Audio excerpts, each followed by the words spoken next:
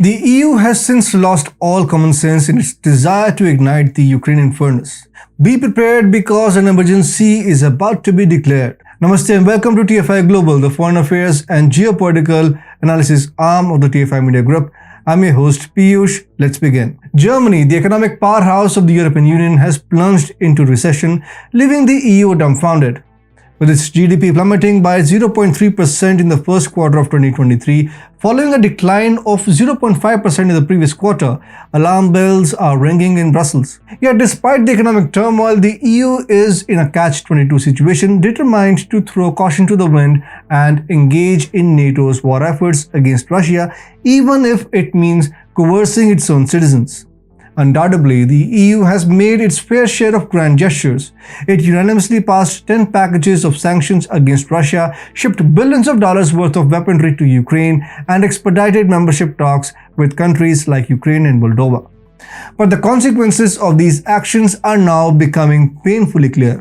It seems that the EU is about to unveil an even more vicious and vile plan. This plan, though, calls into question the very foundation of democracy, a principle that the EU purports to uphold. Thierry Breton, an EU commissioner, has been fervently publicizing a war economy and urging swift increase in the government's orders for ammunition and weapons. He has visited many weapons production sites and bemoaned the lack of long-term contracts and slow progress. So what exactly does war economy mean? Picture this: armed men storming your factory, seizing control and turning it into a war machine that churns out guns and other necessities for warfare, even food. If the European Union were to impose such a wartime economy, it would mark a significant shift in economic priorities and policies. Key industries, essential resources, and strategic sectors would fall under increased government control. The most crucial products and services would be given priority, and scarce resources would be rationed. The workforce would be mobilized for military service or supporting roles, and defense industries would experience exponential growth. In addition, funding the war would require extraordinary measures such as increased taxation, issuing war bonds, or borrowing from international markets. And in order to maintain stability, price controls and regulations on essential goods and services may be imposed. The very thought is chilling, isn't it?